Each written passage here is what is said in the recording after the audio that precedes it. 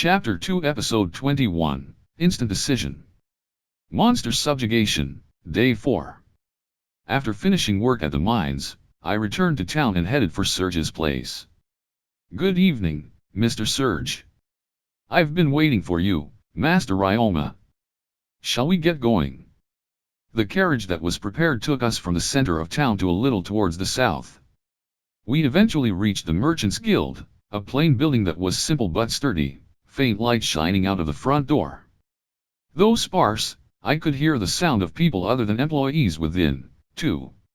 When we walked up to the reception, they led us straight through to a room further inside. In response to the experienced manner he conveyed his business, the receptionist lady bowed her head politely. Seeing that exchange made me wonder if Serge was treated as a fairly important figure. He was the president of a large trading company, so I guess so. Several minutes later, a scrawny man and an old, hunchback lady entered the room. The two of us both made to stand up when the old lady stopped us with a hand and the man opened his mouth. "What's this, Serge? Been a hell of a time since I last saw yuz. Ain't heard your name on the grapevine lately, just been wonderin' what share up to nowadays," he said in a fake-sounding accent. There was a nostalgic lilt to his words that made me wonder how it was being translated in my ears. I used to have a boss who sounded like this. "Long time no see, Pyro. Are you here for today? It's rare to see you around these parts outside of guild gatherings. I haven't met that boy there before, have I? I'm Lysilla, the hag in charge of this merchant's guild. I'm Ryoma Takebayashi. I've come to register for the Merchants Guild today. Though I am still inexperienced, I humbly ask for your guidance and instruction." Oh my, what a polite greeting. "Serge, is this boy one of your servants?" "Bingo. Howdy, name's Pyro Sionji. If why need anything from me, I'm happy to indulge. Nice to meet you. I'm Ryoma Takebayashi." Sionji? That was a very Japanese-sounding last name. His black hair and eyes almost made his appearance look Japanese. Was he a descendant of an otherworlder? Ryoma. Right, I'll commit that me. So, like the 01 Krongli said, what brings you around here, Serge? We're just here for Ryoma's guild registration. I'm simply an escort. At Serge's words, the other two looked at me. Then, the guildmaster peered closely at my face. Wait a minute. After saying that, she picked up her staff and bopped Serge on the head with it. "You fool! What are you doing, making a child act in consideration of you?" she scolded. "Oh, guildmaster, not the staff. I don't know what the situation is, but he seems like an earnest child. Being revered by a decades older man like you will only make him feel awkward and uncomfortable." How did she know what I was secretly thinking? Could she read minds? Ryoma, was it? I can't read minds. She clearly could. I may be old, but my merchant senses are still sharp as a tack. You seem like the honest type, so I can read you a fair bit. Terrifying 01 bint, ain't she? She always tells people that, but I just about figure she can read minds. Rather than terrifying, I think it's amazing. But I've always been bad at reading other people's thoughts. It's all experience. If you place yourself in the right environment, you'll gradually learn with time. You're only just starting out. It seems like things have happened in your past, but your future starts now. Thank you. Are you sure you can't read minds? Don't be ridiculous. I could tell because of the distant 100K in your eyes when you mentioned other people's thoughts. Seriously. Did I really have such a look in my eyes? It reminded me of a middle-aged man looking back on his past. She's right. Now, set your shock aside. You came for guild registration, yes? The night's getting late, so let's get it done with. She handed me the registration form. For some reason, she had one on hand. Could she really? Oh well, guess I'll fill it out. What does it mean by occupation type? Isn't a merchant an occupation? You write the business you want to do there. So if you want to sell weapons, you write in weapons merchant. You can write more than one, and you can always add more later, so you don't have to write any you're unsure of right now. Basic types of occupations are listed on the back, so you can reference those. I understand. Come to think of it, I'd heard of adventurers working as peddlers before. For now, I'll add that. And for my main store, a town merchant? I wrote that down too. Hat was this barred occupation? I knew what the word meant, but was this a merchant too? As I thought such things, I finished filling in the registration form and submitted it to the guildmaster, who looked at it and said, 0H, you're an adventurer? Take care of yourself out there, there's no coming back from death. And you want your own store? Actually, I had a bit of a different idea for a store. I was thinking of doing it as a side job between my adventurer work at first, but Mr. Surge told me to register at the guild and do it at a larger scale. Surge did. Oh? How curious. Hat kind of business. A laundry service. Laundry service? You're going to take money for washing? Surge, why would he need registration for that? There's nothing to lose by registering, but it's not something to go out of your way to do. I thought the same at first. But after listening to Master Ryoma, I realized he had the potential to make enough profits to be a problem if he didn't register. He got that much potential, why say? I'd like to hear the details myself, if it's that good of an idea. Surge sent me a smiling look. It should be safe to tell these two, but I'll leave it to Surge in case I say anything wrong. As the explanation continued, their reactions gradually changed from surprise to understanding, eventually turning into laughter. Hee. Living a long life sure brings about some interesting sights. Ryoma, you've come up with something great here. Ho would have imagined a slime could have such use? And a new species of slime, at that. This is a good omen for sure. Damn straight. If you could pull that off, you'd be making rain. The guild would really start to stir shit up if you didn't register. For such a ripe young lad as yourself, you sure got some interesting plans for a business. Gods bless ya. For some reason, Pyro started praying in my direction. What was this person doing? You don't have to pay Pyro any attention. He's always doing that when he meets someone with a good plan for profits.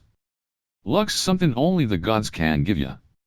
I see someone bout to stir up some mad bank, I gotta show my gratitude, do you not agree? I guess I could understand. I figure I've got enough feelings of surprise for next 8 years. But yeah, that sort of business be a long shot for me. Putting the idea aside, a laundry service ain't gonna make no profits without that slime. Only you could get done. So buck up, lad, I'm sure you're gonna do fine. I've taken a liking to you. Nothing usually shakes me anymore in my old age, but you have promise, so come visit me every now and then. I'll serve tea and snacks, and listen to anything you have to say. Thank you. I'll do my best, and next, let's decide your store location. Guildmaster, if you would, please. Good grief, Surge, treat your elders more kindly. Pyro, bring me the documents on the left bookcase. Top shelf, second from the right. Treat kindly, me foot. Kami-tachi, you go get it yourself. Just go and get it. All right. What, ain't this the document with all them defective buildings? Ryer's store's got big potential, couldn't you put I'm somewhere slightly better? I'd be willin' to throw some funds in if he needs 'em too. You fool, Surge has already said the boy is oddly earnest. Even if you offer him money, he'd just turn it down.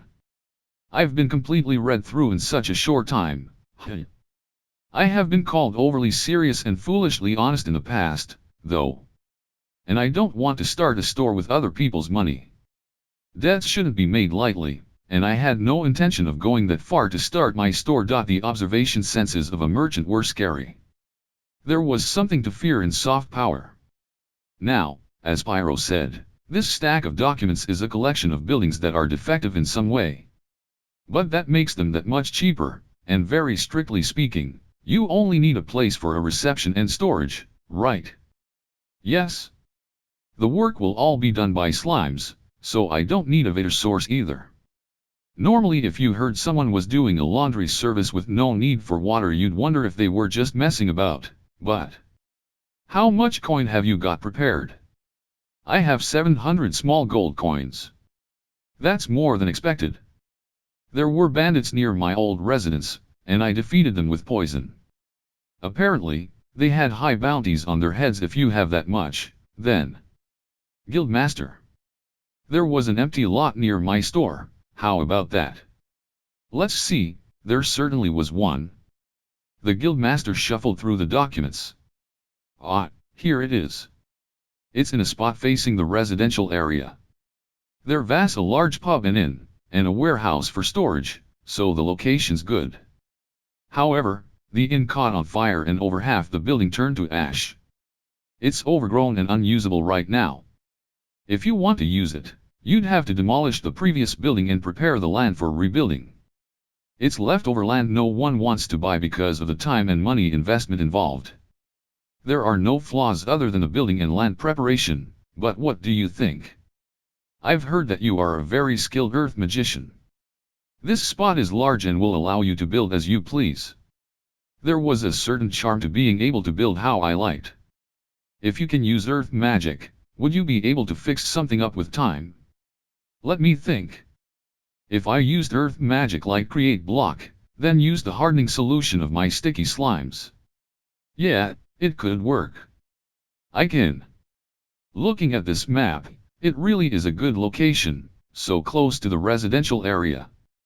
Jimmel was a town that was surrounded by a sturdy wall elliptically long from north to south. A large road cut straight through the center of the town, connecting the north gate to the south gate. The east was the residential area, while the west was the industrial area for ironworks and things. There were many inns near the south gate, and the inn I was staying at was at the south too. Because the north gate led to the mines, the abandoned mine, it wasn't really used by anyone other than mine workers. I had heard it hadn't been used much since the mines were abandoned. There was a road to more mines from the east gate too, and these mines weren't abandoned. The residential area had been prepared in the east to make it easier for the miners to travel to work. The building I had been introduced to just now was pretty much directly east of the center of town, right between the residential area and the main street. It was close to both the residential area and the Adventurers Guild, and while the industrial area to the west was slightly further, the path there was simple. It really was the best possible location. When I voiced my thoughts out loud, the Guildmaster agreed. That's right. That's why this used to be a popular pub too. Lots of people used to gather there, like adventurers and residents on their way home. Even now, it'll attract people if you open it up there, but you'll need the funds to do so. I see, then I'll take that one. Honestly, I didn't know much about location, but I couldn't imagine this was a bad one. It had the benefit of being close to the residential area and the Adventurers Guild, and the appeal of building it how I wished. I was here at Serge's recommendation, and the Guildmaster and Pyro seemed like nice people. I should be able to trust them. Are you sure? Yes. I have no complaints about the location, and I should be able to do something about the demolishing, preparation, and reconstruction of the building with my magic and slime familiars. More than anything, I'm interested in the idea of building my own store from scratch.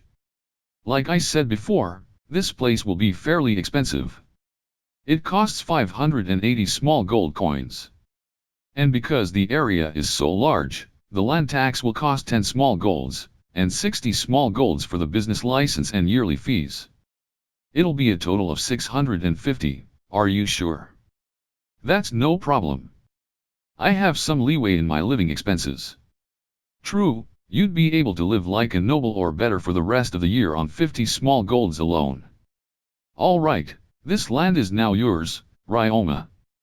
Also, I forgot to mention earlier, but the business license is only charged once at registration, while the land tax is doubled when buying. From next year onwards you'll only need to pay 5 small golds in annual land tax. Make sure you get it right. I understand. Thank you very much. They told me several things after that, but it didn't seem like being a store owner in this world was that hard. All you have to do is buy land or a building from the guild and open a business there. The account book just needed to keep a record of income and expenses, and a tax based on the profits had to be paid to the guild along with the annual land tax.